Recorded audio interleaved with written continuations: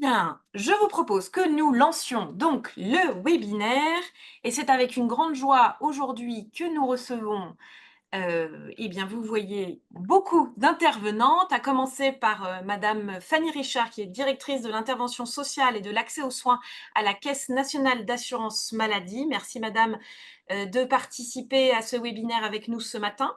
Madame Bonjour. Christine Champin, qui est MGPMI et qui répondra et qui nous expliquera sa pratique professionnelle et ses relations à la fois avec la CPAM et avec eh bien, les assureurs santé. Madame Rouland, qui a 25 ans d'expérience dans la protection juridique et qui, avec Madame Champin, nous donnera aussi son retour d'expérience professionnelle sur le sujet. Mélanie Baziro, qui est chargée de projet du groupe IMA. IMA, c'est Intermutuelle Assistance et qui donc nous parlera de l'assistance avec sa collègue Catherine Joubert, qui elle est responsable de la plateforme interdisciplinaire médico-sociale du groupe IMA et qui nous dira, voilà, dans des cas particuliers, en quoi l'assistance vraiment peut vous aider, vous, pour vos personnes protégées. Et enfin, Madame Catherine Gaucher, qui est directrice du développement et de la transformation à la MGAS et qui nous dira tous les avantages et surtout les bénéfices d'avoir dans toutes les situations une mutuelle santé pour compléter le régime obligatoire. Bonjour.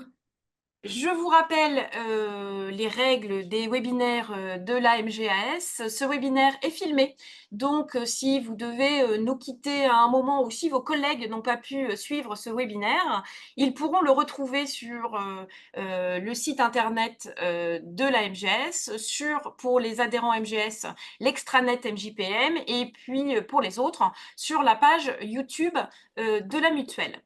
Euh, Évidemment, vous pouvez communiquer avec les intervenants et avec moi-même via le module de chat. Comme toujours, je vous demande de respecter la courtoisie élémentaire et de garder des questions très générales.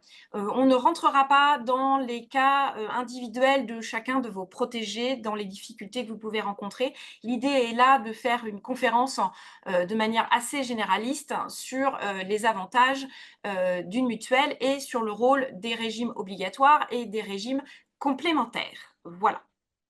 Je vous propose donc de lancer notre programme et donc on commencera avec un entretien avec Madame Richard sur justement le régime obligatoire et puis les relations que les MJPM peuvent avoir avec les CPAM.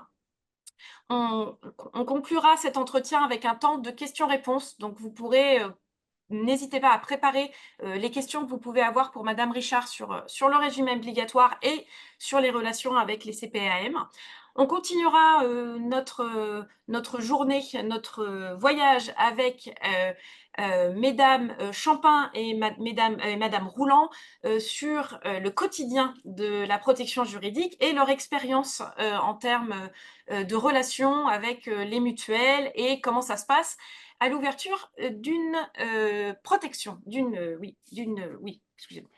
Voilà. Et puis on continuera avec Catherine Gaucher qui nous parlera de l'utilité d'avoir une mutuelle santé et nous présentera des cas pratiques de remboursement. Et enfin, nous conclurons avec le rôle de l'assistance dans un contrat de mutuelle santé. À quoi ça sert, comment ça se passe et comment on déclenche l'assistance, parce qu'il y a des règles à respecter. Voilà. Et enfin, on terminera comme habituellement avec un temps d'échange jusqu'à l'heure du déjeuner. Voilà, vous savez tout. Je vous propose de démarrer ce temps d'échange et cet entretien avec Madame Richard. Merci encore d'être avec nous ce matin pour répondre aux mandataires qui s'interrogent, voilà, sur un certain nombre de points et particulièrement, on le sait, sur les relations partenariales des CPAM avec les mandataires. Je vous propose donc un entretien en trois temps, hein, une première partie où on va parler du régime obligatoire, une deuxième partie, on va parler des relations partenariales, justement, et puis, on conclura sur les questions du numérique et les questions d'accès eh bien, aux différents services, de la Caisse nationale d'assurance maladie. Alors, Madame Richard, est-ce que vous pouvez rapidement nous rappeler ce qu'est le régime obligatoire de sécurité sociale en santé? Alors déjà, bonjour à tous, et ravi de pouvoir intervenir parmi vous aujourd'hui. Alors, en effet, donc le régime obligatoire, déjà, pour finalement tout le monde est couvert dès lors que la personne est en situation de régularité et qu'elle est domiciliée en résidence en France, sur le territoire français, depuis plus de 3 mois.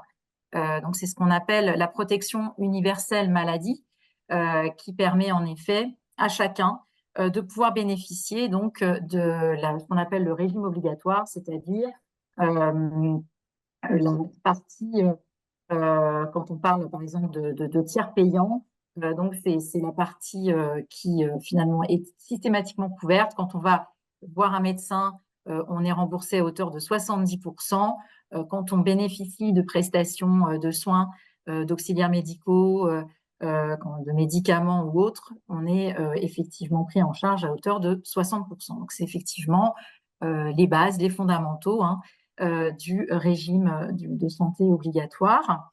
Donc à ce régime effectivement de santé obligatoire, il existe la possibilité de bénéficier de ce qu'on appelle une complémentaire santé solidaire. Donc là, c'est effectivement pour couvrir la partie ticket modérateur, dont je parlais à l'instant.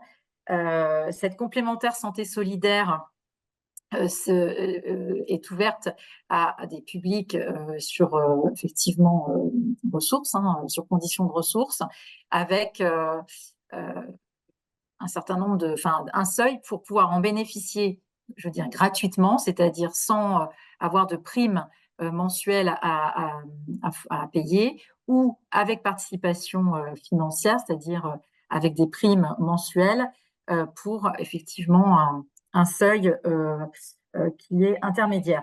Je ne vais pas m'apesantir là sur les niveaux de seuil, sachant que vous allez même sur amélie.fr, vous les trouvez immédiatement. Ils sont revalorisés tous les ans et ils permettent effectivement une prise en compte aussi du foyer.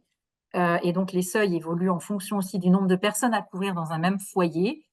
Et le dispositif, en fait, est assez simple. Donc, c'est un droit, comme on dit, un droit quérable, donc il faut le demander. On peut en vérifier son éligibilité grâce au simulateur de droit, qui est aussi accessible sur amélie.fr et qui permet effectivement de voir si on en est éligible ou pas. Et si on est éligible, est-ce que c'est la complémentaire santé solidaire, entre guillemets, gratuite ou avec participation financière.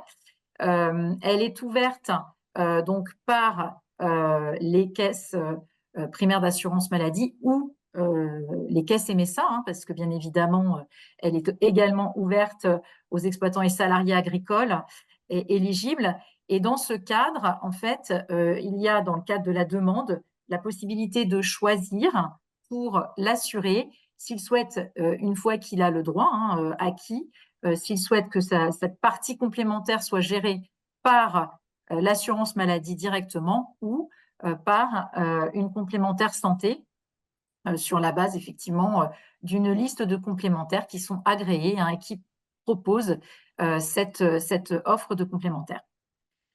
On a ensuite, en termes de couverture, y compris sur la partie entre guillemets obligatoire et complémentaire, ce qu'on appelle l'aide médicale d'État. Et donc là, on est bien sur des situations de vie de personnes qui n'ont pas de titre de séjour, en fait, qui sont en situation irrégulière et qui peuvent bénéficier d'une prise en charge de leur santé. Et là, c'est via l'aide médicale d'État. Donc, comme la complémentaire santé solidaire, je ne l'ai pas dit, ce sont des droits annualisés, donc il faut les demander tous les ans et les renouveler en fait tous les ans. Et donc pour l'aide médicale d'État, c'est le même principe. C'est donc une demande qui se fait auprès des caisses, pour le coup là uniquement des caisses primaires d'assurance maladie, et qui permet aux bénéficiaires de pouvoir avoir une prise en charge sur un panier de soins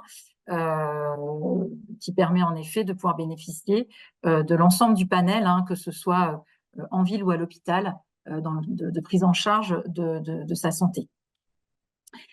Il y a ensuite, donc, pourquoi le reste à charge? Qu'est-ce que c'est que ce ticket modérateur? Donc là, effectivement, hein, c'est bien les principes fondamentaux qui sont posés par le Code de la sécurité sociale et qui permettent aussi cet équilibre entre la partie, on va dire, obligatoire et donc qui relève de la solidarité nationale et la partie complémentaire qui est couverte par effectivement l'ensemble du monde assurantiel privé. Dans le cadre de ce ticket modérateur, il y a quelques petites subtilités aussi sur des possibilités finalement de prise en charge qui sont, elles, totalement réglementaires et qui sont des prises en charge à 100%, que sont donc ce qu'on appelle les affections de longue durée, donc les maladies chroniques, et donc une affection de longue durée qui est donc là, on va dire, sollicité par le médecin traitant auprès du service médical de l'assurance maladie qui va donc valider le principe d'une entrée en affection de longue durée, ce qui permet à l'assuré, en mettant à jour sa carte vitale, pour le coup, dans le cadre des soins qui vont être en lien avec sa pathologie, et là je vais être très précise, c'est vraiment en lien avec sa pathologie, d'être pris en charge à 100%. Donc on peut avoir effectivement beaucoup, notamment de personnes seniors, qui sont finalement en ALD, qui n'ont pas forcément des grosses retraites et qui vont ne pas souhaiter avoir à souscrire à une complémentaire santé qui pourrait paraître trop onéreuse pour leur budget mensuel. Pour autant, il faut quand même faire attention parce que donc ils vont considérer qu'ils sont pris en charge à 100%, certes, mais c'est quand ils sont avec des soins en lien avec leur pathologie. Et là, je vais vous donner donc l'exemple notamment du Covid, avec de nombreuses personnes qui se sont retrouvées en réanimation et qui effectivement étaient en ALD, mais non couvertes par une complémentaire et qui se sont retrouvées du coup avec des factures hospitalières très importantes parce que par définition, le Covid n'était pas une pathologie en lien avec la LD couverte. Donc c'est pour ça, c'est quand même important, je pense que vous y reviendrez après en effet, mais c'est là où on voit bien la nécessité quand même de pouvoir souscrire à une complémentaire pour couvrir cette partie du ticket modérateur. Nous avons un dispositif de ce qu'on appelle action sanitaire et sociale au sein du régime obligatoire et de l'assurance maladie pour pallier et compenser au cas par cas des situations comme celle dont je viens de vous parler, c'est-à-dire pouvoir prendre en charge exceptionnellement une grosse facture hospitalière à la suite effectivement d'une pathologie intercurrente qui n'était pas forcément en lien avec la LD, pour des personnes qui se retrouvent effectivement en impossibilité de pouvoir honorer ces factures et qui n'ont pas de complémentaire. Mais voilà, ça reste du cas par cas et ça reste du complément, comme on peut aussi avoir des fonds d'urgence au niveau de certaines complémentaires privées. Il y a aussi une autre catégorie de prise en charge à 100% et qui intéresse aussi beaucoup votre public, c'est ce qu'on appelle l'invalidité. Donc une personne qui effectivement toujours en lien avec le médecin traitant et le service médical de l'assurance maladie va être mise en invalidité, va pouvoir aussi bénéficier d'un régime d'assurance obligatoire pris en charge à 100%. Et après, je vais faire juste une petite précision sur ce qu'on appelle l'avance des frais. Donc, en effet, quand on parle de ticket modérateur, donc on peut avoir une prise en charge en tiers payant par le professionnel de santé. Ça peut être à hauteur du régime obligatoire, mais de toute façon rarement à hauteur rarement au côté complémentaire. Et donc, dans ces cas-là, la personne doit avancer de toute façon la partie complémentaire auprès du médecin. Il y a quand même dans les dispositifs complémentaires santé solidaire, ALD ou invalidité, la mise en place d'un tiers payant intégral, c'est-à-dire que les personnes qui bénéficient de ces prestations n'ont rien à payer auprès de leurs professionnels de santé. Tout donc se règle, ce qu'on appelle en tiers payant intégral entre l'assurance maladie, la complémentaire le cas échéant, et le professionnel de santé. Je vous propose de rentrer, merci en tout cas pour cette définition du régime obligatoire, parce que ça a permis de replacer les choses, et de les contextualiser. Je voudrais qu'on passe aux relations partenariales avec les professionnels et particulièrement, les MJPM et qu'on rappelle un peu les moments de contact, entre ces 2 entités, disons. Alors, en matière, donc au niveau des majeurs protégés, hein, donc aujourd'hui, nous avons en effet, nous, connaissance de leur statut de majeur protégé dans nos bases de données, ce qui nous facilite aussi la relation partenariale avec les mandataires. Nous intégrons dans notre base assurée souvent en termes de domiciliation. Alors après, tout dépend hein, du niveau de protection, c'est toujours pareil, mais bien souvent, quand on est notamment sur des tutelles globale, là, totale, on est bien sur une relation directe, même d'un point de vue relation client, avec le mandataire. Donc ça, c'est effectivement totalement intégré dans les modalités de gestion des caisses primaires. Donc en termes de relations partenariales, il y a plusieurs choses. On a en effet la relation pour le mandataire qui va être mandataire un peu individuel et qui là va se faire au cas par cas, mais donc généralement la personne, quand on est sur un certain nombre sur une protection très très forte, c'est elle qui est en lien direct d'un point de vue relation client. Et on a aussi donc les mandataires qui sont, on va dire, plus collectifs, hein, avec des portefeuilles souvent importants par type de mandataire. Et là, on est plutôt sur une relation partenariale qui peut aussi être organisée et structurée par l'intermédiaire de conventions entre les CEPAM et ses mandataires. Hein. Donc, on a notamment, nous, aujourd'hui, une convention avec l'UNAF qu'on décline au niveau des UDAF, par exemple, hein, et qui permet aussi de pouvoir intégrer ce qu'on appelle des applicatifs sécurisés qui permettent aussi des échanges sécurisés et aussi des échanges de PJ, de pièces justificatives ou de demandes aussi hein, d'ouverture de droits sécurisés qui vont être orientés directement vers le bon service de la caisse primaire.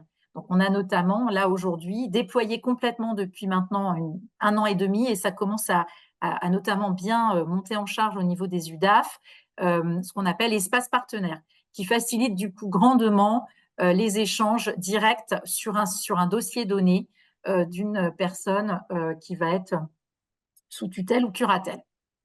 Très bien. Euh, oui, allez-y, Oui, allez-y. oui, non, on m'a interrogée, enfin, on a parlé de cette fameuse ligne d'urgence précarité. Est-ce que vous pouvez nous en dire 2 mots? Comment ça se passe et quel peut être le rôle justement, du mandataire, en lien avec l'hôpital? Enfin, comment ça peut se passer? Alors, la ligne d'urgence précarité aujourd'hui est totalement intégrée dans le canal téléphonique du 3646 de l'assurance maladie. C'est-à-dire qu'aujourd'hui, quand vous faites le 3646 en tant que partenaire, et c'est la même chose pour les passes des hôpitaux, sachant que les passes des hôpitaux aujourd'hui utilisent maintenant majoritairement espace partenaire, hein, ce qui est donc une alerte et une sollicitation en urgence qui est prise en charge de façon prioritaire. Mais on peut effectivement passer par le 3646 avec simplement, dans le cadre notamment ce qu'on appelle du langage naturel, le fait de dire urgence partenaire. Ce qui permet immédiatement, dans ce cadre-là, soit d'être mis en relation avec ce qu'on appelle le service mission accompagnement santé des caisses, soit si finalement ce service n'est pas immédiatement disponible, de pouvoir être pris en compte dans ce qu'on appelle une échéance à 48 heures maximum pour être rappelé par justement les missions accompagnement santé et pour justement prendre en charge la situation dans les plus brefs délais. Donc effectivement, on a finalement ces deux axes, enfin ces deux canaux, si je puis dire, espace partenaire totalement digitalisé et donc qui permet à des partenaires d'avoir cette relation privilégiée et du coup aussi le 3646 avec les mots urgence partenaire. Merci beaucoup parce que c'est vrai que c'était un sujet qui remontait régulièrement, sur cette notion d'urgence. Vous nous parliez du numérique et justement, parfois, il y a des critiques par rapport au CPAM sur la difficulté d'accès numérique pour eh bien, les personnes protégées en direct par rapport à leur compte, la nécessité aux parlementaires d'avoir les codes de la personne pour leur compte Amélie. Est-ce que vous pouvez revenir sur ce sujet et sur ce qui est en cours à la Caisse nationale et puis dans les CPAM? Alors en effet, c'est un sujet qui est un peu sensible, hein, et qu'il est d'autant plus aujourd'hui que nous avons dû sécuriser le compte Amélie aussi bien sur l'appli des, sur l'appli PC comme sur l'appli téléphone.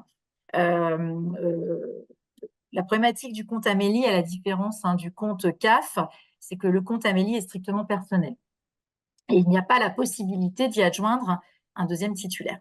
Et ça, c'est une architecture informatique, hein, qui est configurée comme celle-ci, qui nous a été imposée par la CNIL parce que nous sommes sur un niveau de sécurité renforcé, encore plus important qu'un compte CAF quand on parle du compte Amélie, compte tenu des données, hein, qui peuvent circuler aussi au sein de ce compte, y compris même des données médicales, parce qu'il peut y avoir, hein, des échanges directs avec des documents qui émanent du service médical.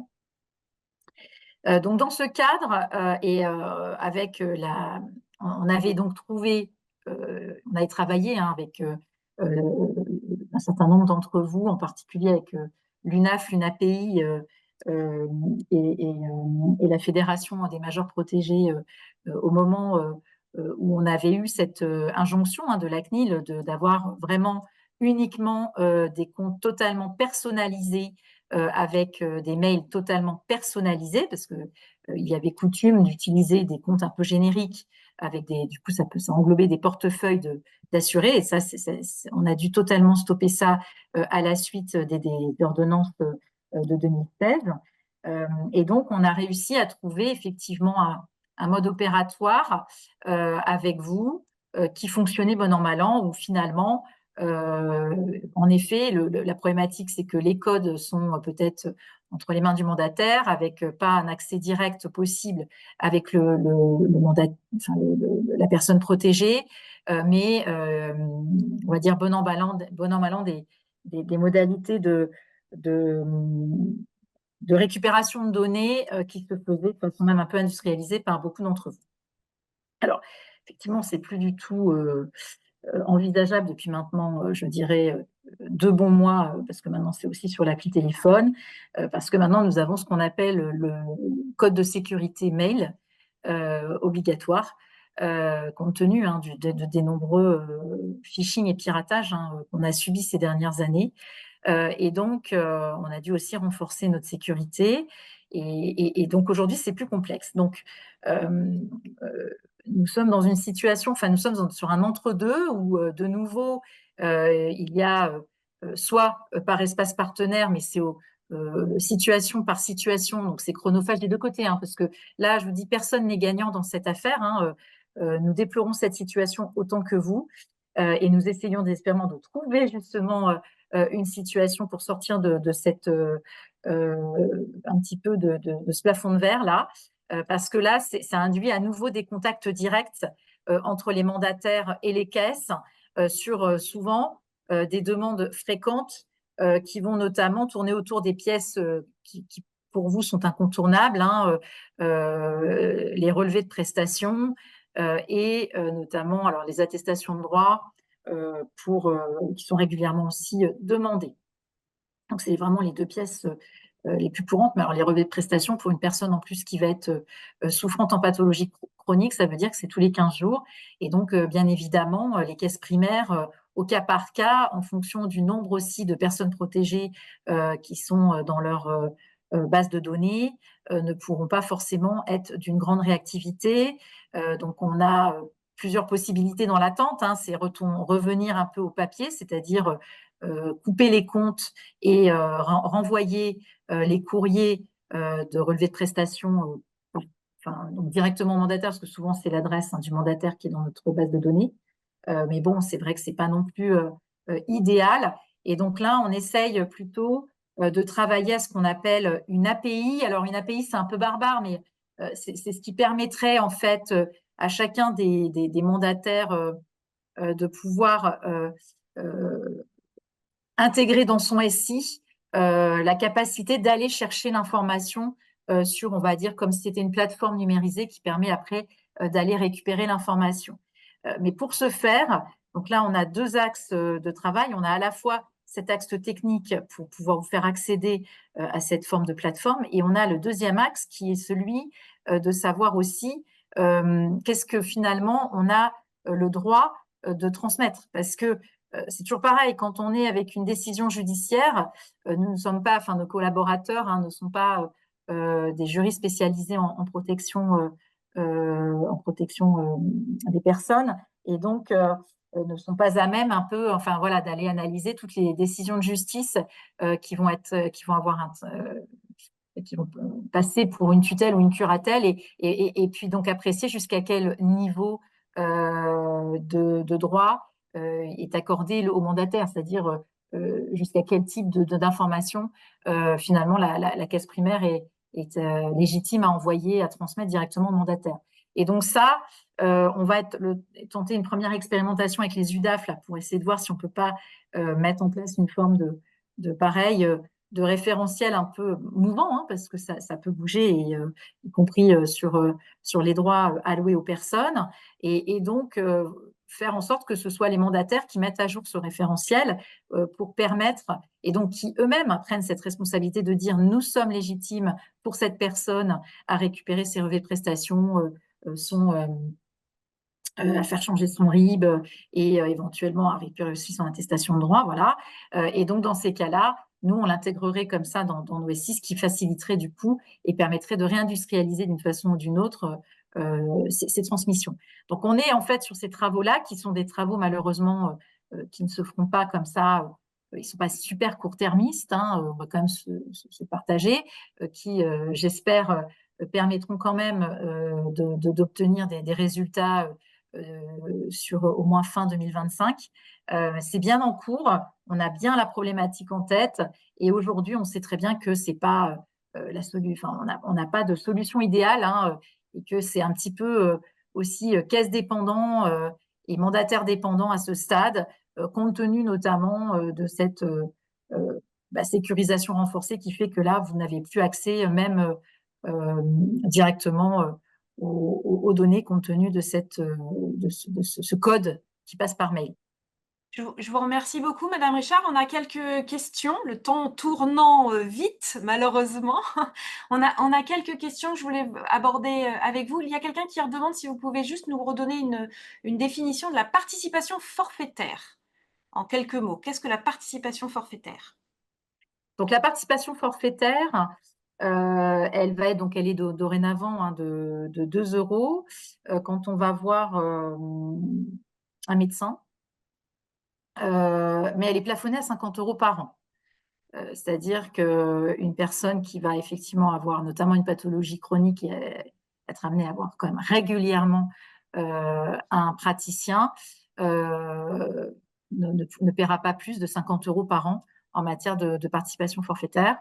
Et finalement, quand on est aussi en statut d'ALD, comme il n'y a pas d'avance de frais, cette participation forfaitaire est récupérée par ce qu'on appelle des récupérations d'indus, donc avec un échéancier qui est transmis à l'assuré, qui tous les maximum 150 euros, donc ça va être tous les maximum 3 ans, où il devra du coup s'acquitter de ce qu'il n'a pas effectivement été amené à acquitter directement auprès du professionnel parce qu'il était en tiers payant intégral. Et les compléments, pour les bénéficiaires de la complémentaire santé solidaire, il n'y a pas de participation forfaitaire. D'accord. Alors, très rapidement, pourquoi est-ce qu'on ne peut pas accéder au compte via les impôts? Au compte Amélie via le compte des impôts? Alors, avec France Connect, jusqu'à présent, c'était possible. Compte tenu des problématiques importantes de phishing qui ont eu lieu, notamment sur toute fin 2023, il y a eu effectivement une suspension, mais collectivement, consensuellement, on va dire admise, entre les différents opérateurs publics, parce qu'en fait, il y avait il y a eu en fait, hein, pour tout vous dire, des siphonnages de comptes professionnels grâce à des informations qui étaient obtenues via le compte impôt, en croisé avec des informations issues du compte Amélie, qui permettaient en fait de récupérer tout l'argent des CPF. Hein, D'accord. donc finalement, c'est ça, hein, qui a fait que du coup, à ce stade, donc ça va de nouveau revenir. Vous allez devoir de nouveau pouvoir accéder au compte en passant par les impôts, hein, via France Connect, mais c'est pas encore, la sécurisation est toujours en cours et c'est pas encore donc dans les tablettes pour tout de suite. C'était prévu là normalement pour le premier semestre 2024 et là, ça sera plutôt pour le deuxième. Très bien, je vous remercie beaucoup. Je vous fournirai les remarques par ailleurs qu'il peut y avoir dans le chat, mais qui sont plus précises. Donc du coup, vous pourrez Oui, les d'accord. regarder et nous donner des réponses si réponse il y a. En tout cas, encore merci beaucoup, Madame Richard, pour toutes ces explications et votre participation à ce webinaire ce matin. C'était encore une joie de vous avoir parmi nous. Je Euh, vous en prie, merci beaucoup. Au revoir. Au revoir. Nous allons continuer notre voyage avec Mesdames Champin et Madame Rouland, à qui je demande hop, d'apparaître. Laissez-moi quelques petits instants. Il faut que vous appuyiez, Mesdames, sur l'acceptation. Voilà. Merci, merci mesdames d'être avec nous. Hop, est-ce que j'ai un petit souci de visibilité? Voilà. Merci, merci encore d'être avec nous ce matin. Nous allons avec vous eh bien, parler de votre quotidien. Justement sur la gestion à la fois avec la CPAM et à la fois avec les mutuelles et voir comment vous, à l'ouverture d'une mesure, au quotidien, comment ça se passe et comment vous, bah voilà, comment vous faites votre pratique professionnelle et comment vous arrivez voilà, à gérer tout ça en perdant le moins de temps possible, disons. Voilà. Je vais donc vous poser une première question. Comment ça se passe à l'ouverture d'une mesure? Et pour vous, quels sont les bons réflexes à avoir en matière d'assurance santé? Commençons peut-être par vous, Madame Champin. Co- Bonjour, bonjour à tous. Donc, effectivement, la question des droits au niveau de la sécurité sociale et de la complémentaire santé, c'est des éléments importants dans la gestion d'une mesure de protection. Et effectivement, dès l'ouverture, c'est quelque chose qui est essentiel et voilà, auquel je m'attache dès l'ouverture. Alors, ça va commencer en, en m'assurant, effectivement, en vérifiant avec la personne, hein, si elle est en capacité de pouvoir me donner les éléments, c'est de vérifier quels sont ses droits.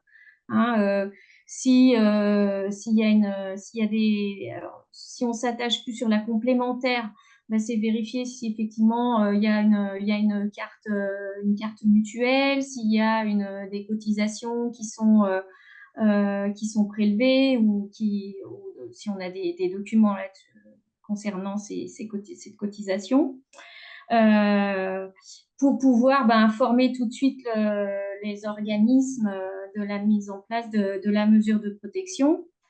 Après, effectivement, les bons réflexes, c'est aussi de vérifier avec la personne si c'est possible, quels sont ses besoins, si en fait la complémentaire qui est existante, si elle est adaptée à la situation. Alors, quand on parle d'adaptation, c'est-à-dire parce que c'est vrai que l'intervention de la personne de la CPAM était intéressante sur ce point de vue-là. C'est vrai que souvent les gens vous disent mais moi j'ai pas de complémentaire parce que j'ai pas de mutuelle parce que je suis à 100%. Sauf qu'en fait effectivement il y a une méconnaissance ou une confusion. Les gens pensent que parce qu'ils ont une ALD, à 100%, tout est pris en charge et donc ils n'ont pas besoin de complémentaire. On peut effectivement des fois se trouver confronté à cette problématique-là.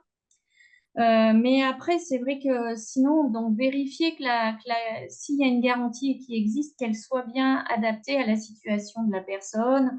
Donc, après, généralement, moi, je pose des questions assez simples, hein, quelles sont, voilà, si la personne, parce qu'on sait que les postes de dépenses importantes, ça va être tout ce qui est l'optique, le dentaire, voilà. Donc, je vais m'attacher plutôt sur ces informations-là. Et puis ensuite, c'est vrai que des fois, notamment, on le voit sur des personnes qui sont en établissement, ou quand on voit les montants des cotisations, et puis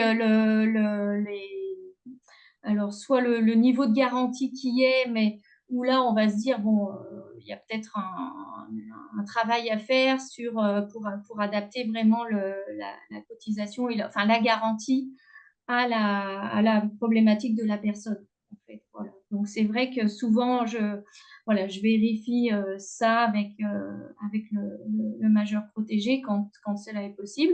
Après, effectivement, en fonction de la mesure, on est aussi on est chargé de vérifier, enfin d'obtenir l'accord, l'autorisation de la personne. Hein. Donc, c'est vrai qu'en curatelle, moi, je m'attache à voir ça avec la personne. Si elle est, voilà, là, je vais être plutôt sur un rôle de conseil et de pouvoir entendre aussi les souhaits de la personne.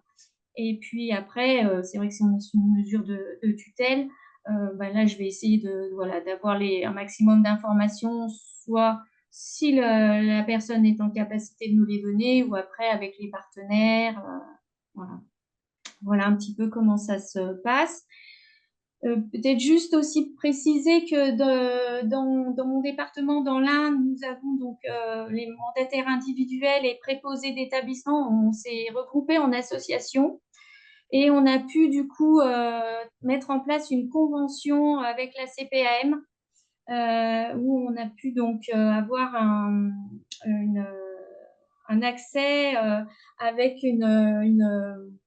la création d'un espace partenaire de la CPAM.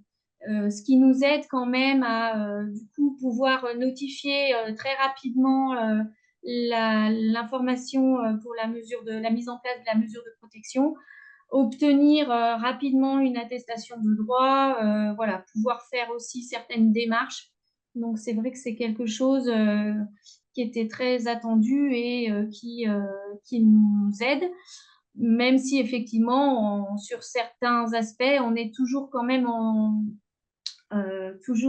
c'est toujours quand même compliqué après sur le fait que les majeurs protégés, une fois que la mesure est mise en place, ne peuvent plus avoir accès, effectivement, des fois la difficulté à avoir accès à leur espace Amélie, enfin, voilà, et aux informations des concernés.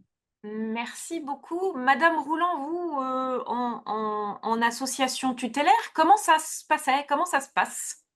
Comment ça se passe? Ça se passe un peu comme pour Madame Champin, je dirais.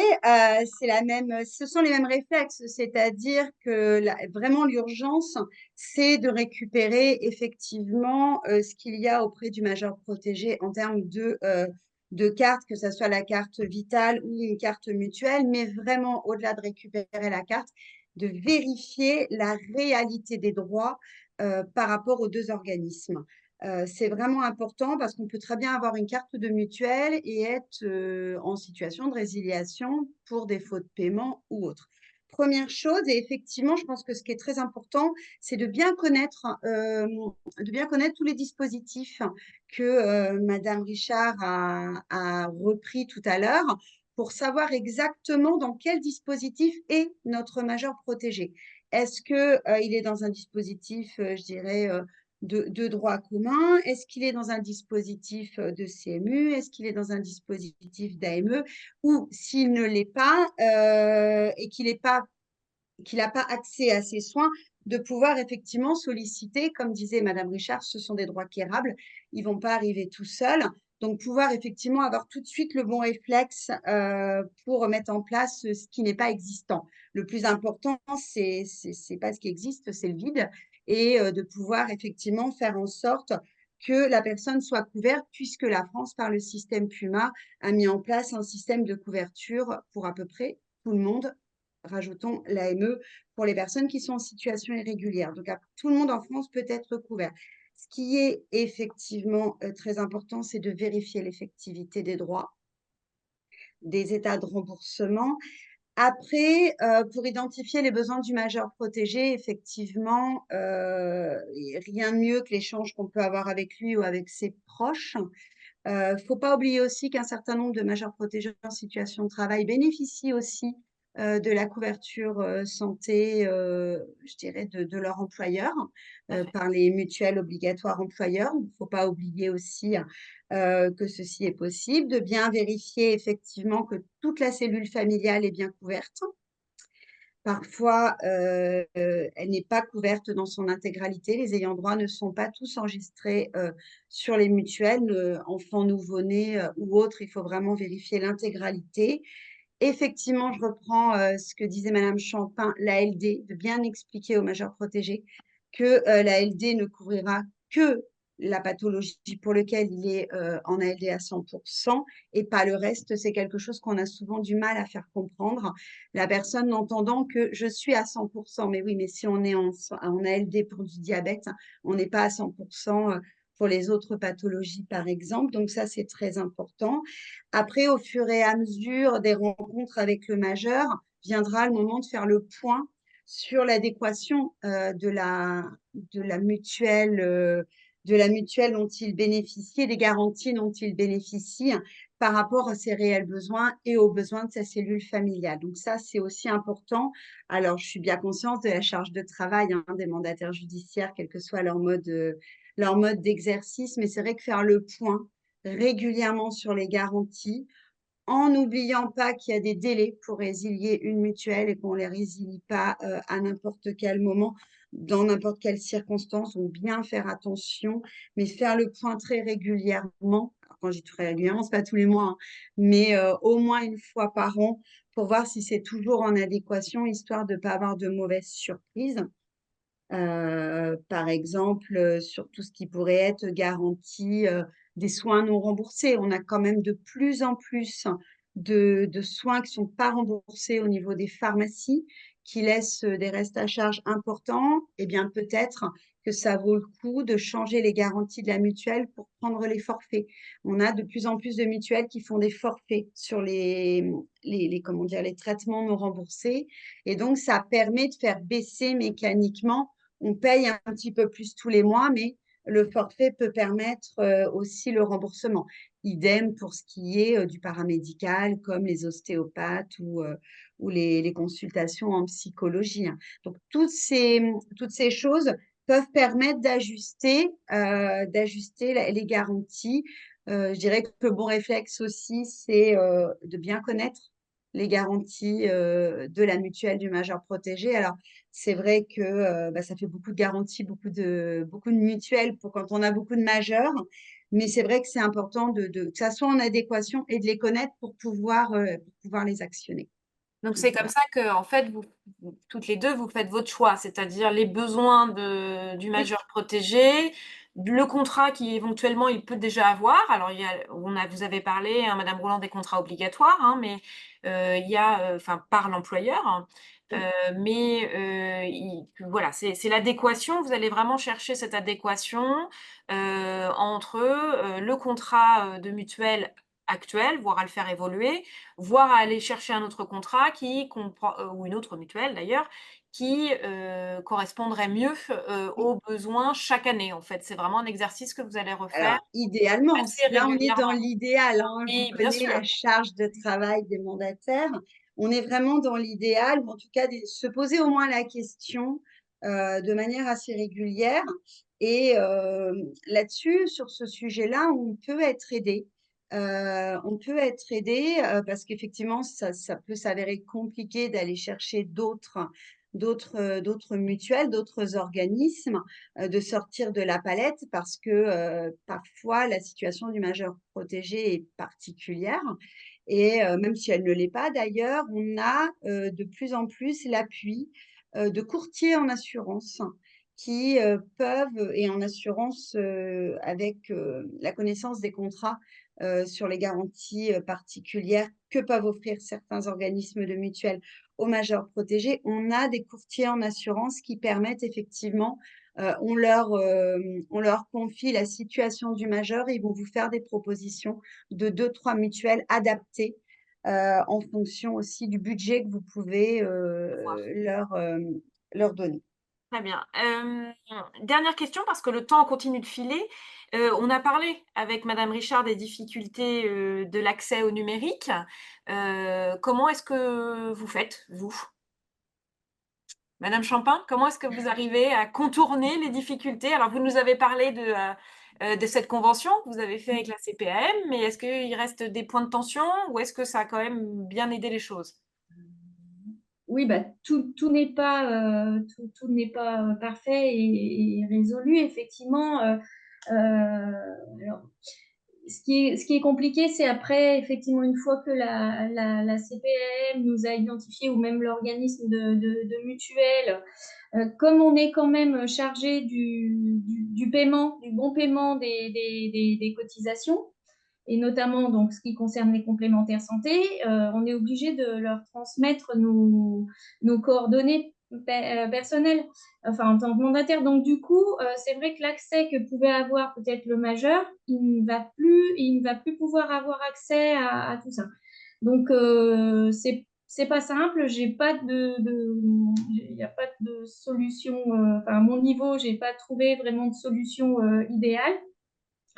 Après, c'est un travail, c'est quand même un travail lourd, hein. Concrètement, le suivi, aussi bien, parce que le choix de la complémentaire ou vérifier que la complémentaire est adaptée, c'est une chose. Mais après, il y a quand même tout le travail de contrôle, de vérification, d'envoi de documents, même si on a simplifié certaines choses. Les choses se font maintenant beaucoup par envoi par mail, mais il n'empêche que il y a un énorme travail de vérification, de contrôle, du remboursement, de tout ça. Et après, c'est vrai que là-dessus, après, on a des échanges souvent par mail. Donc, moi, pour les personnes qui sont en capacité, qui ont des adresses mail, je leur transmets, voilà, je leur transfère les informations. Mais c'est vrai que c'est quand même un travail, tout ça très lourd pour les mandataires et peut-être aussi peut-être un petit peu frustrant pour le majeur qui du coup se sent un petit peu comment dire Mis de côté? ne plus avoir connaissance de certains éléments.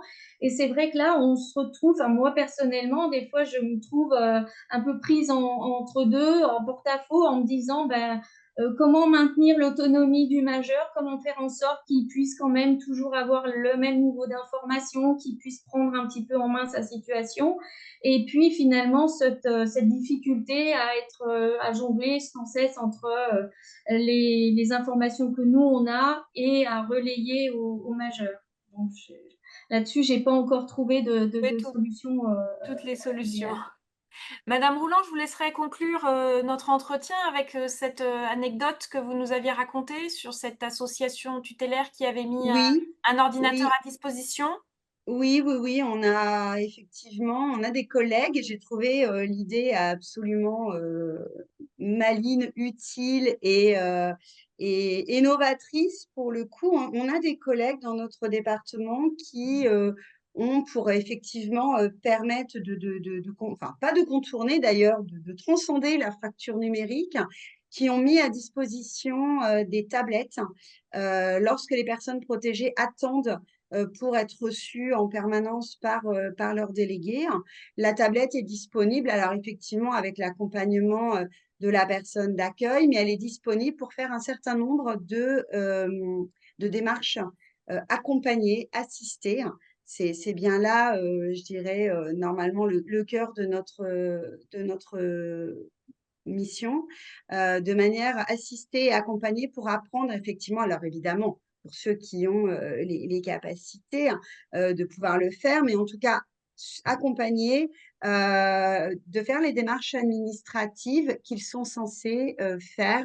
Donc évidemment, ça s'adresse surtout à des personnes en curatelle, mais pourquoi pas tester un peu pour certains majeurs protégés et évaluer la capacité à alléger la mesure de protection à terme.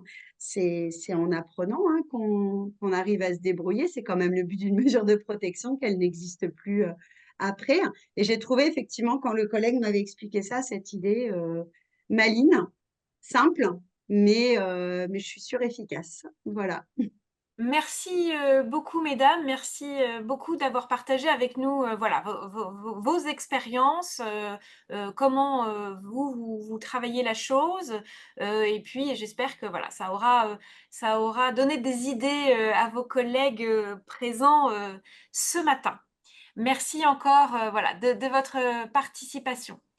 Je propose qu'on continue encore du coup notre voyage et que cette fois-ci nous ayons la chance que Catherine Gaucher nous explique. Eh bien, Catherine, es-tu là? Oui, oui, tout à fait.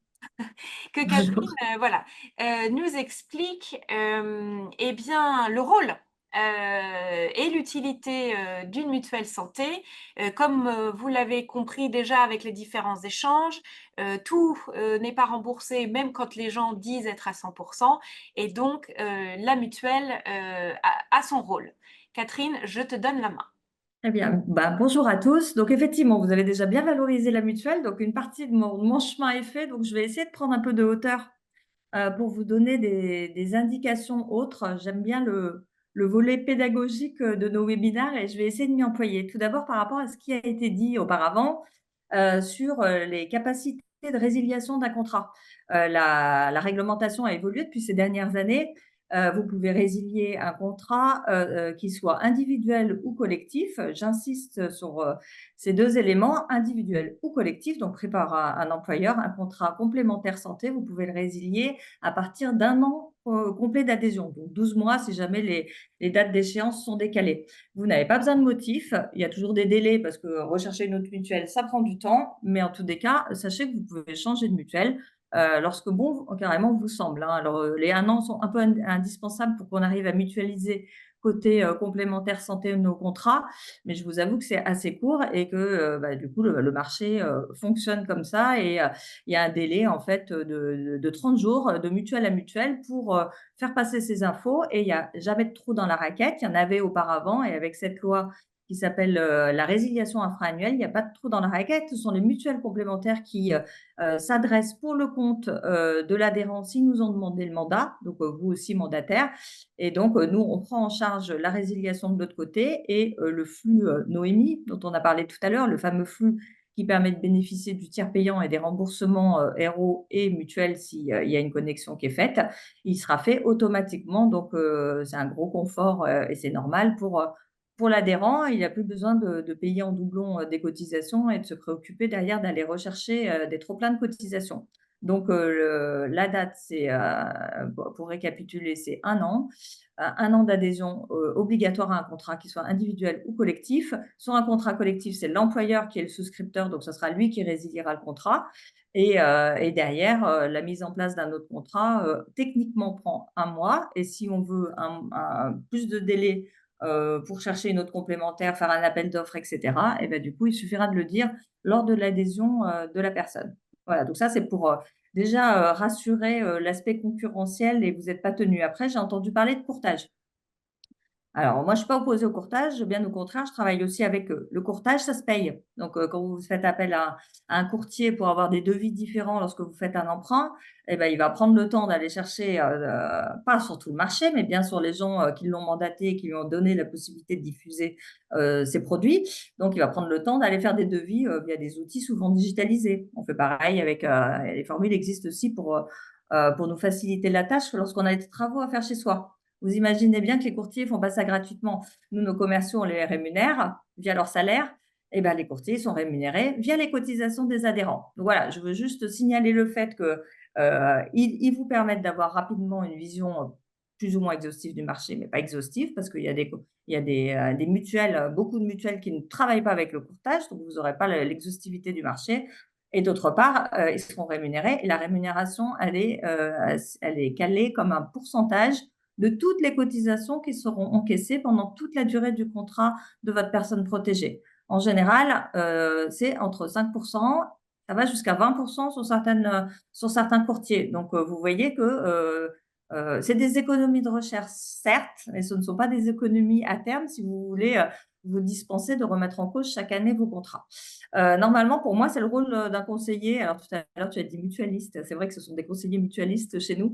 Ce sont le rôle de nos chargés de développement que de faire cette analyse concurrentielle. On connaît parfaitement nos concurrents, on connaît les grilles de garantie, on connaît notre cadre de technique, donc combien ça coûte. Donc, j'allais dire, avant de chercher un courtier, appelez Muriel et Bernard et faites-vous faire les comparatifs nécessaires. Ça fait partie de notre travail de vous aider à comparer, de vous expliquer les postes qui sont, on va dire, les plus sensibles en matière de différences tarifaires et de lire les petites lignes pour savoir les capacités de résiliation ou de changement de contrat, etc. Dans telle ou telle mutuelle. On n'est pas non plus 50 et donc on se connaît tous. Donc, ça sera avec plaisir et ça fait partie de notre travail. Voilà, c'était le petit préambule que je voulais vous dire en démarrage d'exercice. Pour la suite, on a mauvaise presse assez souvent au niveau des mutuelles et globalement de notre profession d'assureur. Donc, je voulais refaire un point sur pourquoi ça coûte cher une mutuelle, outre les soins remboursés. Donc, vous avez sur cette diapo une illustration pédagogique. Donc, quand vous payez votre mutuelle, hein, que ce soit, là, on est sur un contrat individuel. Donc, on n'est pas sur un contrat collectif. La seule différence entre un contrat individuel et un contrat collectif, ça va être les frais de gestion. C'est-à-dire combien ça nous coûte à nous, pour une mutuelle, finalement, de prendre en charge votre contrat. Sur un contrat collectif, eh ben, on peut avoir d'un seul coup 150 personnes qui vont avoir exactement les mêmes conditions générales. Donc, il y aura des réunions d'information qui seront faites d'un seul coup pour 150 personnes. Voilà, vous imaginez bien que ça nous coûte moins cher, naturellement, que de faire au cas par cas. C'est pour ça que les frais de gestion ne sont pas les mêmes quand on a un contrat individuel ou quand on a un contrat collectif. Ça n'a rien à voir avec la capacité de tel et tel organisme à être meilleur que les autres. Il y a un élément de volume qui fait naturellement la différence sur les deux marchés. Donc, pour revenir à nos petites bulles, du coup, quand vous payez une mutuelle, globalement, il y a 70% de votre cotisation qui va nous permettre de rembourser les soins des personnes qui sont assurées chez nous. Et qu'est-ce qu'on fait des 30 autres %? Eh ben, il y a quand même 13,4, on est parti de 100% au niveau des cotisations de 100 € pour faciliter la lecture. Eh ben, il y a 13,4% en fait qui va partir directement en mode taxe. Donc, les mutuelles, tout comme les URSSAF, tout comme les employeurs, sont des gens qui collectent et qui reversent ensuite à l'État. Donc, c'est énorme, hein. Vous voyez ces taxes et en fait, dans ces taxes, on a des éléments qui vont également dans le financement de la CSS. Ça permet aussi d'avoir le volet social qu'on connaît en France. Pour vous donner des éléments chiffrés au niveau français, dans ces taxes, il y a notamment la taxe de solidarité additionnelle. Le montant, c'est quand même 5 milliards d'euros qui est récolté par l'ensemble des organismes complémentaires sur les contrats santé. 5 milliards d'euros, et dans ces 5 milliards d'euros, il y a 2,8 milliards d'euros qui reviennent pour le financement de la CSS. Voilà, c'est important d'avoir des idées de volumétrie, parce que c'est vrai que l'aspect mutualiste et la solidarité en France, il existe quotidiennement dans nos associations sur le terrain. Il existe aussi dans des organismes qui collectent l'argent pour le compte des personnes qui en ont besoin, tel que ça a été défini avec toute notre histoire derrière nous. Derrière, il y a 10% pour les salaires. J'avoue que c'est une des parts, on va dire, majeures de l'activité des mutuelles. C'est faire en sorte qu'il y a des gens qui viennent vous voir, qui vous expliquent, qui vous prennent au téléphone. Voilà, il y a cette donnée, on va dire, pas incompressible, mais qui quand même prend de la place dans une cotisation de mutuelle. Et puis derrière, il y a tous les investissements immobiliers, système d'information. Système d'information, c'est tous les outils pour lesquels on investit pour pouvoir poursuivre notre activité et rembourser les soins. Voilà, ça vous donne un panorama un peu qui me semble être indispensable pour commencer à parler d'une mutuelle et qu'on se rende compte un peu des enjeux. Le deuxième effet important qu'il faut connaître, c'est oui, la mutuelle maintenant, ça fait partie du parcours de soins en France. Parce que ça rembourse des éléments qui ne sont pas remboursés ou mal remboursés par la sécurité sociale qui, progressivement, on le sait, se désengage de certains soins. Elle met aussi des éléments à charge pour l'assuré. Il y a une sorte de responsabilisation qui s'opère à la fois en matière avec des obligations de plafond pour les mutuelles et à la fois sur des éléments de reste à charge pour les assurés. Par contre, on ne fait pas que rembourser, et tant mieux parce que sinon notre boulot ne serait pas très passionnant et on n'aurait pas besoin de nous, justement, on n'aurait plus que des ordinateurs en face. Le but, c'est aussi de faire bénéficier de services, des services en cas de maladie, d'hospitalisation, de maternité. On parlera tout à l'heure de l'assistance, c'est un des services majeurs de toutes les mutuelles. Il faut aller regarder qu'est-ce qu'on a si on a un pépin. Donc là, je vous engage aussi à interroger vos mutuelles pour savoir, en fait, si je suis hospitalisée, du coup, en ambulatoire, j'ai le droit à quelque chose parce que moi, c'est la panique chez moi. Mon mandataire, il se retrouve tout seul. Il faut vraiment que j'ai des relais. Est-ce que vous êtes capable d'intervenir dans le petit bled que je couvre? Est-ce que du coup, vous êtes capable de lever une personne à domicile rapidement, c'est-à-dire d'avoir une aide à domicile qui se déclenche rapidement via un secteur associatif qui couvre l'intégralité de la France? Ça, ce sont des éléments qu'il faut comparer, honnêtement. Donc, est-ce qu'il y a des aides pour les aidants? Est-ce qu'on peut appeler quelqu'un si on est en détresse, tout simplement? Est-ce qu'il y a de l'appui psychologique? Est-ce que j'ai quelqu'un, même si je n'ai pas de remboursement, est-ce que j'ai quelqu'un qui est là pour m'aider dans une mutuelle? La mutuelle, ça a aussi un rôle de faciliter l'accès aux soins. Oui, le tiers payant. Bon, maintenant, le tiers payant est quasiment étendu, mais est-ce qu'on fait le tiers payant sur la part mutuelle? Bonne question. En général, il faut qu'il y ait un réseau de soins derrière. Est-ce que quand je vais aller chercher mes lunettes, du coup, il va falloir que je paye la part complémentaire ou est-ce que si je fais bien attention à prendre des montures qui sont calibrées dans mon contrat, finalement, j'aurai 0 reste à charge et j'aurai pas besoin d'avancer la part mutuelle. C'est important.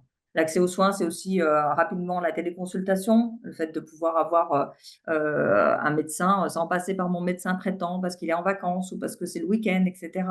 Parce que j'arrive pas à avoir de dermato, là, il y en a plus qui acceptent des nouveaux patients. Est-ce que ma mutuelle me permet de pouvoir avoir une téléconsultation? Est-ce qu'il y a quelqu'un, parce que j'ai pas le temps et je sais pas faire, qui est capable de m'aider à prendre un rendez-vous pour qu'il y ait une infirmière qui passe chez moi? Voilà, tout ça, pour moi, c'est dans la rubrique on facilite l'accès aux soins des gens.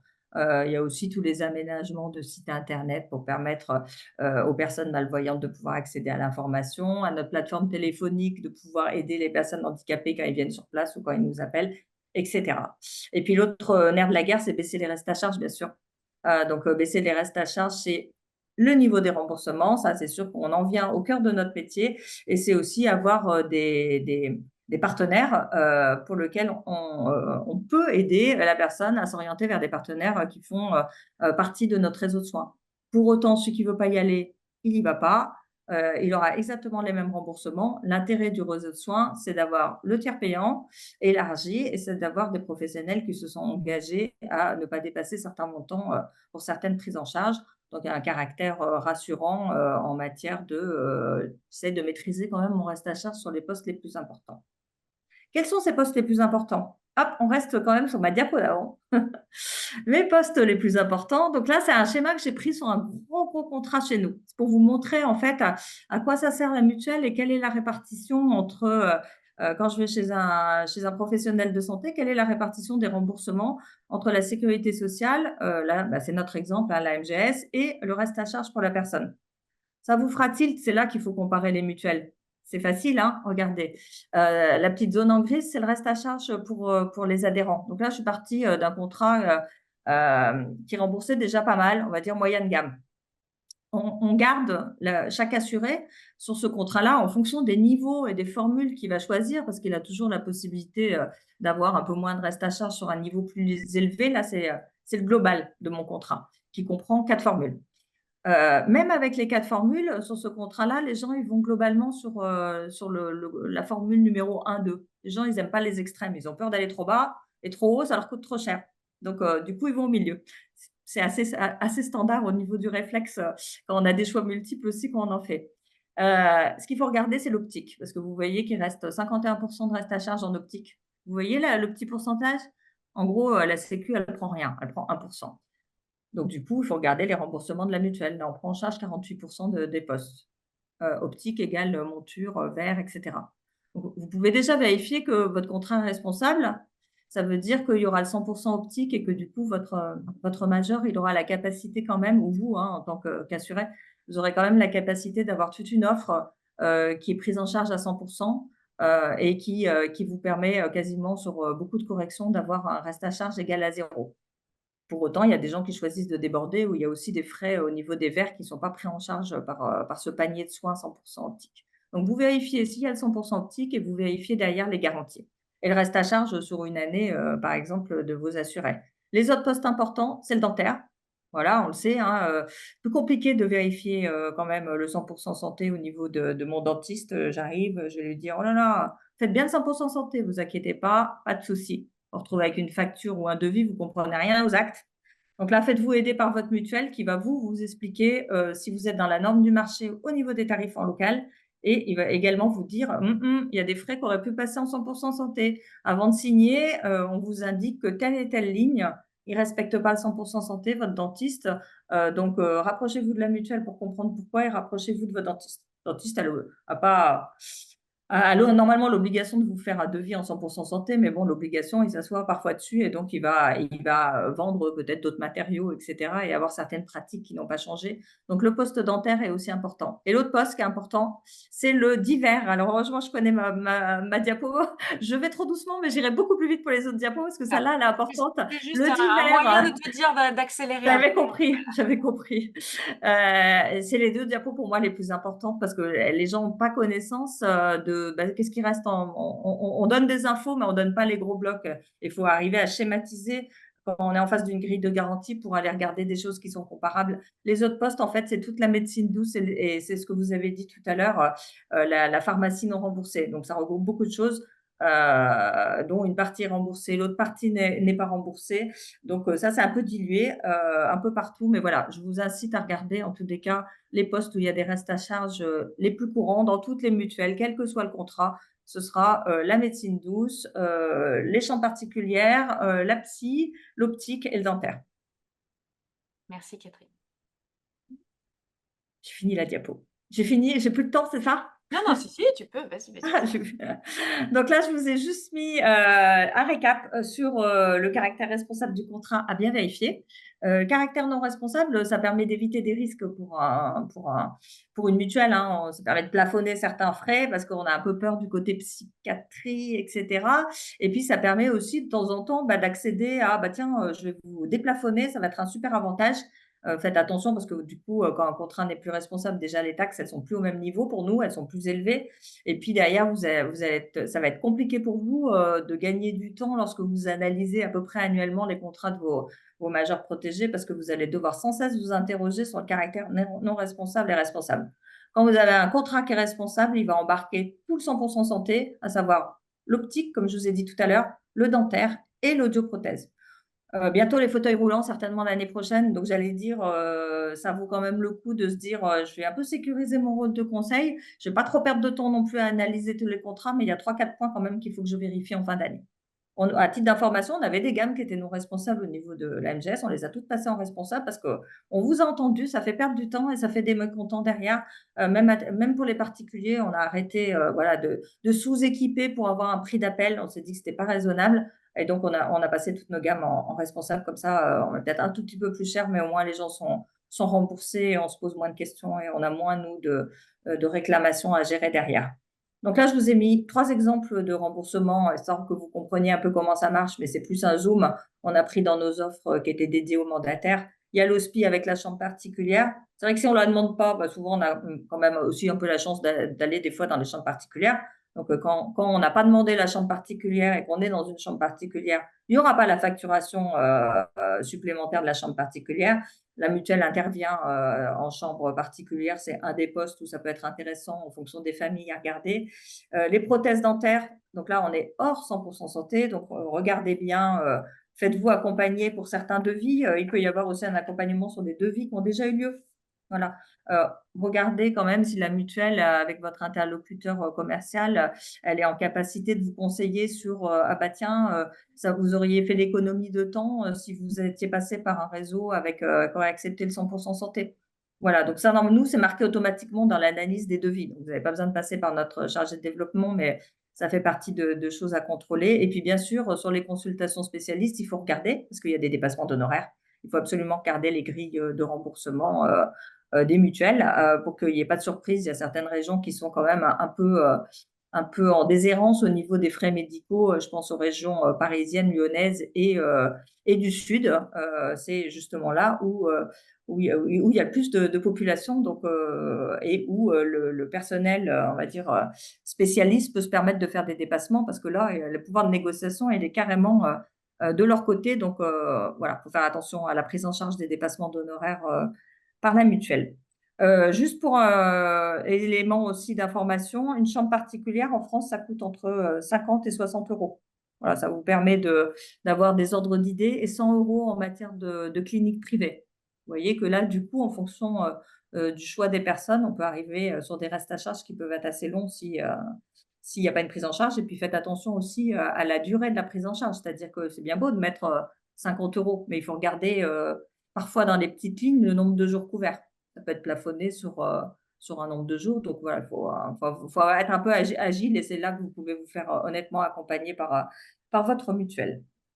Voilà, donc là, ça a été bien dit. Donc, je ne repasse pas dessus. Je crois que c'est ma dernière diapo. C'est l'utilité de prendre une mutuelle que lorsqu'on est en ALD. C'est vrai qu'il y a très longtemps, moi, quand j'ai débuté dans ce métier, j'ai toujours travaillé dans les mutuelles et dans les complémentaires santé, tous les frais des personnes en ALD étaient pris en charge. Donc, en fait, l'évolution, elle date de plus de 10 ans. Le fait d'avoir restreint à la pathologie qui est concernée par l'affection de longue durée. Mais les esprits sont longs à changer, surtout quand ça nous arrange. Donc, du coup, il faut vraiment, vraiment, vraiment, surtout que c'est des personnes en général, on n'est pas que dans une pathologie. Une pathologie entraîne d'autres soucis, on le sait très bien. Et donc, du coup, j'allais dire, encore plus que les autres personnes, elles sont sensibles à leur parcours de soins et aux traitements qui peuvent être indirects. Et donc, bien sûr que la mutuelle, elle est encore plus indispensable, on va dire, pour des personnes qui sont fragilisées naturellement ou pour un public fragile. Et on sait, nous, pour étudier les soins en fonction d'une pathologie, que ça entraîne bien sûr d'autres actions et d'où la nécessité de faire de la prévention au niveau de la mutuelle et d'essayer de détecter et d'aider les gens sur d'autres domaines que ceux pour lesquels ils sont soignés, parce que c'est vraiment un ensemble qui se tient et où on peut détecter des failles au niveau du suivi. Donc, les frais qui restent à payer, comme vous l'avez dit tout à l'heure, au niveau des personnes qui sont suivies en ALD, ce sont les dépassements d'honoraires, les différentiels de prix de vente et de prix remboursés pour les dispositifs médicaux, les franchises médicales, dont on a parlé tout à l'heure sur les médicaments, les actes paramédicaux. Mais ça, attention, il y a aussi un cadre au niveau des contrats responsables où la mutuelle n'a pas le droit de prendre en charge. Donc, il restera quand même toujours des frais qui seront à la charge du patient. Le forfait hospitalier, les prestations qu'on appelle de confort, chambre individuelle, le fait d'avoir la télé, du Wi-Fi, etc. Maintenant, tout se facture. Donc, voilà, vous pourrez regarder dans les petites lignes aussi pour voir si c'est pris en charge. L'accompagnant n'est pas pris en charge par la Sécu. Donc, voilà. Et bien sûr, j'insiste sur le service assistance parce que derrière, ça fait beaucoup de points supplémentaires si on va voir. Alors, c'est très bien, il y a des dispositifs qui s'empilent. Il y a la mairie qui collabore, il y a le conseil régional, etc. Mais il y a un moment donné où tout a une fin. Et là, dans ces cas-là, avoir le service assistance de sa mutuelle qui fait relais. Je fais le lien parce que derrière, on a déjà travaillé avec l'équipe d'IMA sur ces cas-là. On se coordonne. Ils font attention à ce que pour le bien-être de la personne, on hiérarchise les aides. Et il ne faut pas oublier qu'effectivement, il y a l'aide de la mutuelle derrière avec un certain nombre de services associés. Voilà, je tends la main du coup à Madame Joubert et Madame Baziro pour la suite. Merci. Merci beaucoup, Catherine. Oui, voilà, justement, passons maintenant à l'assistance. Mélanie, est-ce que vous pouvez nous expliquer d'abord ce qu'est le groupe IMA et ensuite qu'est-ce que l'assistance? Oui, bien sûr. Alors, IMA conçoit, en fait, assemble et met en œuvre des solutions d'assistance pour ses actionnaires, ses partenaires. Alors, on a, pour exemple, la Massif, la Maïf, la Matmut pour nos actionnaires. Et ça, dans plusieurs domaines, la mobilité, l'habitat, santé bien vivre, ce qui nous intéresse principalement aujourd'hui, et le service juridique. Quelques chiffres pour être rapide.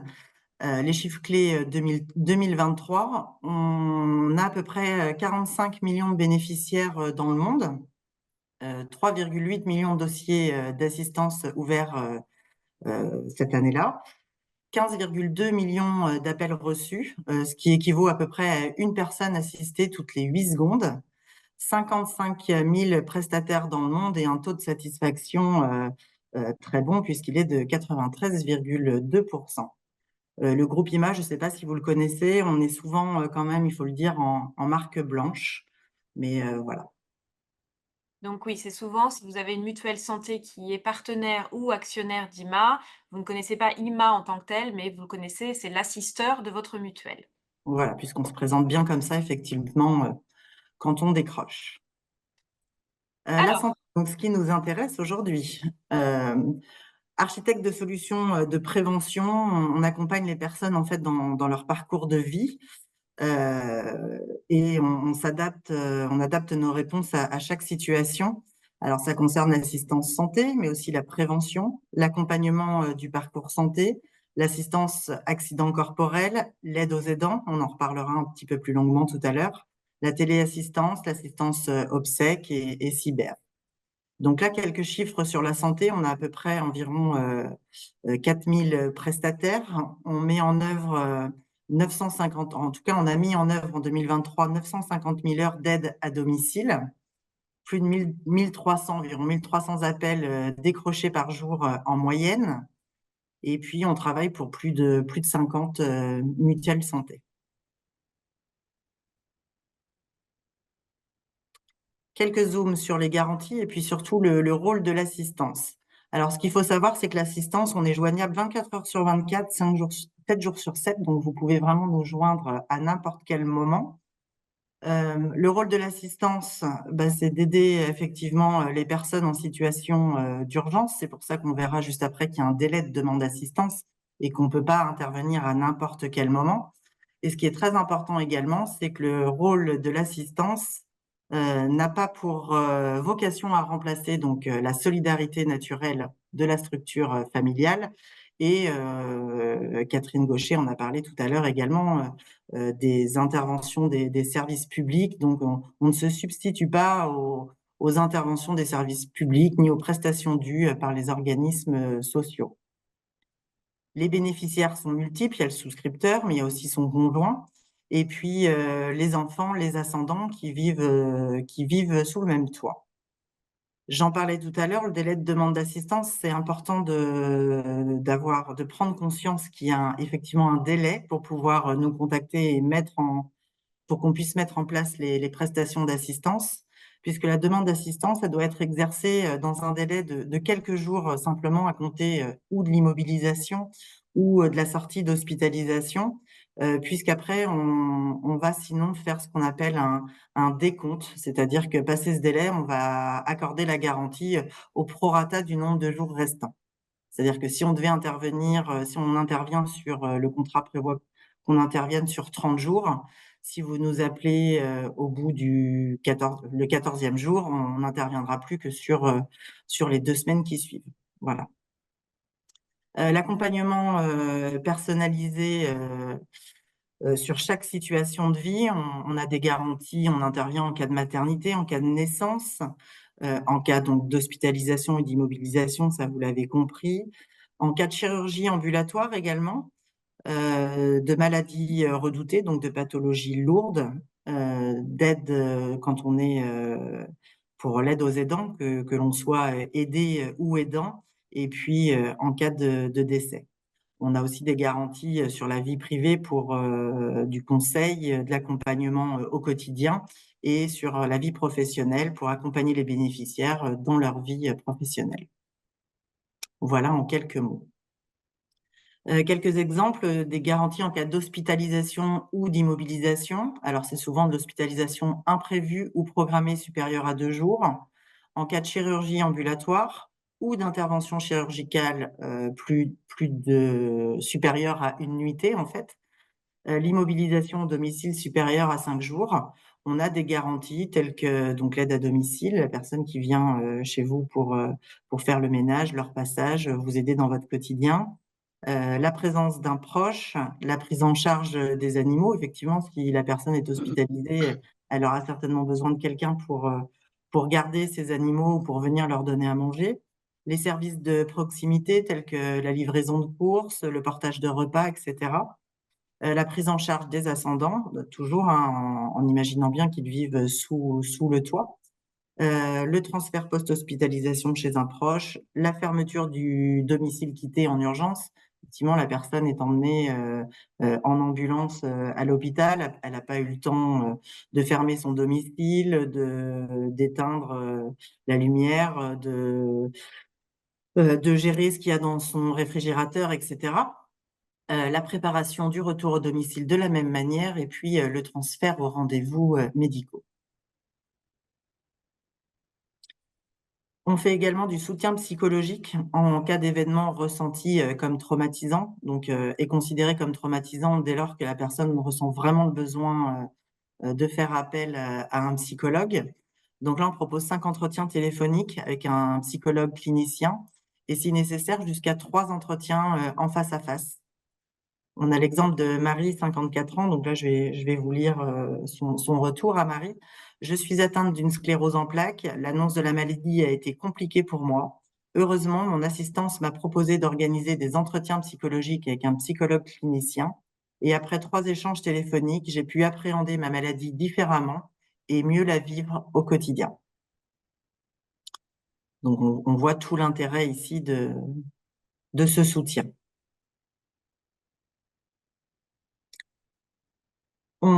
On n'a pas passé une... Non, c'est Non, bon, pardon. j'ai eu un bug, pardon. Pas de souci. L'aide aux aidants, j'avais dit que j'y reviendrai. Ben justement, on y est. Donc là, c'est être présent plutôt pour les bénéficiaires, au moment aussi de la perte d'autonomie de l'aider. Mettre à disposition donc des outils et des services adaptés et puis limiter la perte d'autonomie de la personne aidée. Alors, dans nos offres, on a 4 packs. Un pack qui est sur du conseil et de l'accompagnement au niveau des démarches administratives, par exemple, comment s'organiser, comment... Voilà, donc ça, c'est vraiment au niveau de la perte d'autonomie, souvent qu'on fait appel à nous. Au moment de l'entrée en dépendance, l'indisponibilité de l'aidant, ben, la personne qui s'occupe de la personne qui est en perte d'autonomie est hospitalisée, ne peut plus s'occuper de la personne en perte d'autonomie chez elle. On va pouvoir également mettre en place des garanties pour pouvoir subvenir aux besoins de l'aider. Du répit de l'aidant, on le sait, c'est fatigant d'être aidant aujourd'hui et je dis nous parce qu'on est de plus en plus nombreux en France à être aidant. Donc ça peut être d'une personne vieillissante, mais ça peut être aussi une personne handicapée ou autre, vraiment en perte d'autonomie. Et du coup, une fois par an, on a la possibilité, sur prescription du médecin, de pouvoir partir en vacances si on est aidant et qu'on puisse s'occuper de la personne aidée et de souffler un peu. Et puis des garanties qui concernent le lieu de vie. Catherine en parlera tout à l'heure. On a par exemple l'intervention d'un ergothérapeute pour pouvoir améliorer les conditions de vie au domicile en faisant par exemple, en préconisant l'installation d'une rampe, d'un siège dans la douche, etc., etc. Alors justement, Catherine, Oui, racontez-nous comment marche la plateforme PIMS et surtout cette histoire de Claudine, 73 ans, et de son mari. oui. Donc moi, effectivement, je suis au sein d'Intermutuelle Assistance, responsable de ce qu'on appelle la PIMS, la plateforme interdisciplinaire médico-sociale, qui rassemble des travailleurs sociaux, des infirmières, des ergothérapeutes. Et notre boulot, c'est de façon très concrète, comme l'a dit Mélanie, comme l'a dit tout à l'heure Catherine, c'est d'apporter du service quand les choses vont pas bien à la maison. C'est d'être très, très concret dans le quotidien de vie des gens. Donc là, effectivement, j'ai extrait là, des situations voilà, accompagnées par les équipes de la PIM, celle de Claudine et de Pierre, que je trouvais assez intéressante, en sachant que voilà, on est là aux côtés d'un couple un petit peu fragile, avec Claudine atteinte d'une démence, hein, d'une pathologie d'Alzheimer, et puis un placement en tutelle professionnelle voilà, pour cette dame et ce couple un peu isolé. Il se trouve que là, nous sommes intervenus parce qu'à l'origine, Pierre, qui voilà, constatait bien à la maison les difficultés de son épouse, a souhaité sécuriser son quotidien en continuant, lui, à pouvoir avoir quelques activités hors de la maison. Donc, il nous a appelés pour qu'on puisse mettre en place sur quelques mois, quelques temps, un dispositif téléassistance, ce petit dispositif-là avec un médaillon ou un bracelet qui permet, si besoin, d'appeler de l'aide. Donc ça a été proposé à Claudine, hein. On a bien entendu vérifié qu'elle était en mesure encore de pouvoir avoir une démarche active pour pouvoir manipuler cette téléassistance. Et puis, on est allé plus loin au regard de la fragilité globale de ce couple et de la forte relation d'aide qui a été mise en place par son mari, a été proposé à Pierre et Claudine par le biais, hein, de leur contrat mutuel, de pouvoir bénéficier à la maison d'un bilan d'ergothérapie. Donc l'ergothérapeute de notre PIMS, hein, s'est déplacé au domicile du couple, un peu a pu faire le tour de la situation. Alors Mélanie, tu l'as illustré tout à l'heure, oui, on a mis en place des choses pour sécuriser le quotidien, effectivement, des rampes dans les escaliers, voir un peu ce qui se passait au niveau des sanitaires pour sécuriser les activités du quotidien, mais on ne s'est pas arrêté là. On a pesé aussi l'impact de cette relation d'aide sur Pierre, qui était plutôt un personnage très actif avant que son épouse, voilà, qu'on découvre cette pathologie chez son épouse. Donc, il a aussi été question de la vie sociale de Pierre et de voir comment elle pouvait voilà, être enrichie un petit peu et comment Pierre pouvait exister hors de cette relation d'aide. Et puis, on a cherché avec ce couple, enfin, en tout cas, on a rendu lisible auprès de Pierre et Claudine les dispositifs dédiés sur le champ sanitaire autour de cette pathologie d'Alzheimer, parce qu'il y a malgré tout pas mal de choses dans notre pays qui se font autour de ça. Donc, on a pu apporter des explications et expliquer de façon très concrète à quoi sert, par exemple, une équipe spécialisée Alzheimer, hein. C'est une équipe qui va se déplacer au domicile de la personne et travailler ce qu'on appelle le maintien des acquis. Qu'est-ce que je fais faire à Claudine pour qu'elle ne dégringole pas trop vite, entre guillemets, au niveau de sa santé? On a orienté Claudine vers la consultation mémoire parce qu'elle n'était pas forcément suivie de façon très spécialisée sur ce volet. Et puis on s'est dit, enfin notre ergothérapeute s'est dit, il serait quand même intéressant de mettre, ce couple, en lien avec nos travailleurs sociaux. Donc c'est une des assistantes sociales de l'équipe. Alors on a été proposant avec Pierre notamment en disant: «Bah, voilà, est-ce que vous souhaitez qu'une assistante sociale de la mutuelle, intervienne?» Donc ça a été bien entendu un accord de la part de Pierre qui est un petit peu tout seul là dans son aventure au quotidien avec son épouse. Donc sur un troisième temps, notre plateforme et donc l'assisteur et donc à travers l'assisteur, la mutuelle est intervenue auprès de Pierre pour l'informer sur un certain nombre, là aussi, de droits sociaux et de possibilités d'accueil de jour, d'hébergement temporaire de son épouse en proximité, voilà, pour qu'il puisse, j'allais dire, tenir le coup dans la durée et puis assurer sereinement cette relation d'aide. Donc on a été un petit peu polymorphe dans notre façon d'aider ce couple, en proposant quelque chose de très, adapté, ce qu'on va, tenter de jouer, au cas par cas. Voilà, on a plein de possibilités à nous d'être proposants sur le bon service, vers ces assurés, mutuels. Voilà pour l'illustration de ce que fait un assisteur aux côtés d'une mutuelle. Merci beaucoup, Catherine. Euh, voilà. Mélanie, Oui, peut-être je vais prendre que la vous suite. voulez voilà, compléter ce qui a été dit. Et puis Tout après, à on fait. prendra les questions-réponses. Tout à l'heure, on a vu qu'il y avait des garanties, effectivement, en cas d'immobilisation, en cas d'hospitalisation pour les aidants, les aidés. On a aussi des garanties famille pour être présent vraiment auprès de tous les proches. En cas de maternité, par exemple, on peut intervenir et mettre en place une aide à domicile, prendre en charge les enfants, la présence d'un proche également, pour garder notamment les autres enfants pendant que la maman est à la maternité, par Alors exemple. justement, Mélanie, on a une question là-dessus. Qu'est-ce que ça veut dire la présence d'un proche? Ça veut dire qu'on finance le fait que, enfin, vous financez le fait que le proche vienne jusqu'au Oui, domicile de la personne. on prend en charge effectivement le trajet pour que la personne puisse venir aux côtés de la personne hospitalisée ou pour aider un proche comme les enfants, pour les garder, etc. D'accord, merci.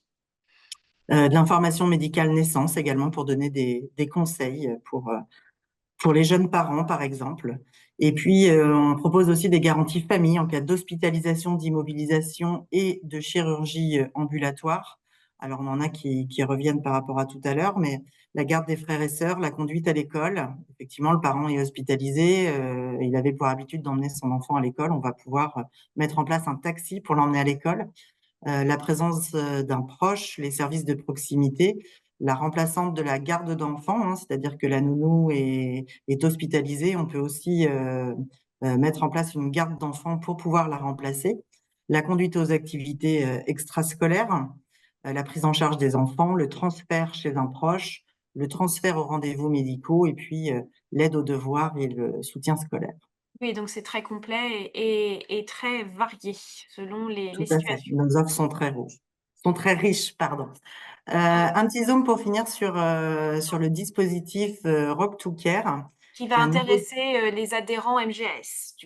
très bien, qui est un nouveau dispositif donc de proximité innovant et personnalisé en cas d'hospitalisation. Le dispositif ROC, ça veut dire remboursement des organismes complémentaires. Ça permet d'appliquer en fait le tiers payant sur la part complémentaire dans les établissements hospitaliers. Et ce qu'IMA propose et ce qui est mis en place, c'est qu'Alméris nous adresse quotidiennement en fait un fichier nous donnant le nom, le prénom, les coordonnées de la personne hospitalisée. Et puis on va pouvoir prendre les devants et recontacter les personnes, enfin contacter les personnes dès leur sortie de l'hôpital pour pouvoir leur proposer les garanties d'assistance qu'ils ont droit dont ils peuvent bénéficier dans leur contrat. Et c'est vrai qu'on a un effet un petit peu l'effet waouh, c'est-à-dire ça permet de pour l'adhérent de constater que sa mutuelle s'occupe extrêmement bien de la personne qui a été hospitalisée, puisqu'on anticipe ses besoins et on peut voir avec elle si elle a des besoins particuliers justement et si elle n'a pas eu le temps de préparer l'urgence, par exemple. Donc, on a une dernière diapositive qui montre quelques retours. Donc, la personne accepte ou non hein, ensuite, bien sûr, l'intervention de l'assistance, mais en tout cas, cet appel est très apprécié. On a par exemple Paul, hop là, Pardon. c'est pas grave, qui nous dit c'est très gentil et inattendu, mais je n'ai pas besoin d'assistance, du moins pour cette fois-ci. Je n'avais pas connaissance de ce service. J'apprécie beaucoup la démarche. J'ai effectivement besoin d'une aide.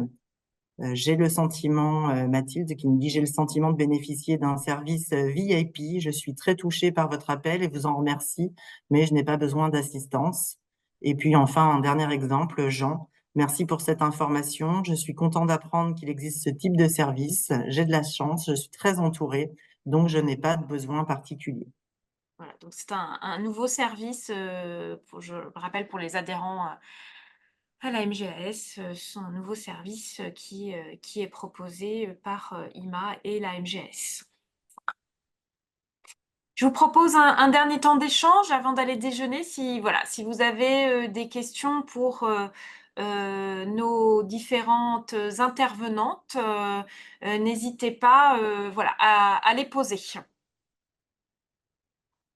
Je prends vos questions si vous avez voilà, des questions sur des choses que vous voulez préciser, des choses que vous voulez faire compléter. Voilà, nous sommes à votre disposition sur les quelques minutes qu'il reste.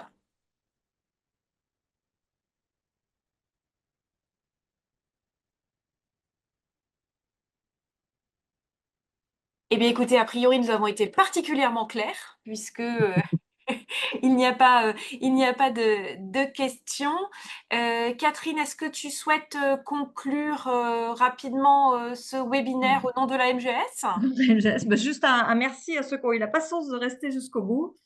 Voilà, désolée, j'ai eu un débit un peu rapide, j'en ai conscience, c'était pour qu'Ima puisse un peu tranquillement faire sa présentation. Et on est à votre disposition, bien sûr, pour vous accompagner et rebondir s'il y a des éléments que vous n'avez pas compris et qui nécessitent qu'on s'attarde un peu sur des cas particuliers. Et si vous avez d'autres idées pour d'autres thématiques d'habitude qui sont un peu plus liées au juridique et à votre monde de mandataire, n'hésitez pas à remplir et à faire remonter vos informations et vos souhaits. Oui, vous Merci. pouvez aussi m'envoyer un mail que vous avez dans l'invitation du webinaire. Voilà, si vous avez des suggestions ou des envies, comme le dit Catherine, nous sommes tous à votre disposition pour préparer des prochains webinaires. Voilà. Merci à tous nos intervenants et intervenantes, à toutes nos intervenantes d'ailleurs, ce n'était que des femmes aujourd'hui. Merci pour votre invitation. C'était encore un plaisir et j'espère que nous avons permis de bien comprendre tous les mécanismes entre le régime obligatoire, le régime complémentaire, l'importance du régime complémentaire pour tous les services, d'abord pour les remboursements, mais également pour tous les services qu'il peut apporter aux personnes protégées en complément de ce qui peut être mis en place par les assistantes sociales, voilà, et ce qui peut être d'ordre public. Voilà. Eh bien, écoutez, merci beaucoup. À très bientôt pour un prochain webinaire. Passez une très bonne journée. Merci Merci. et au Merci, revoir. au revoir. Merci, À au revoir. bientôt. Au Au revoir. revoir. Au revoir.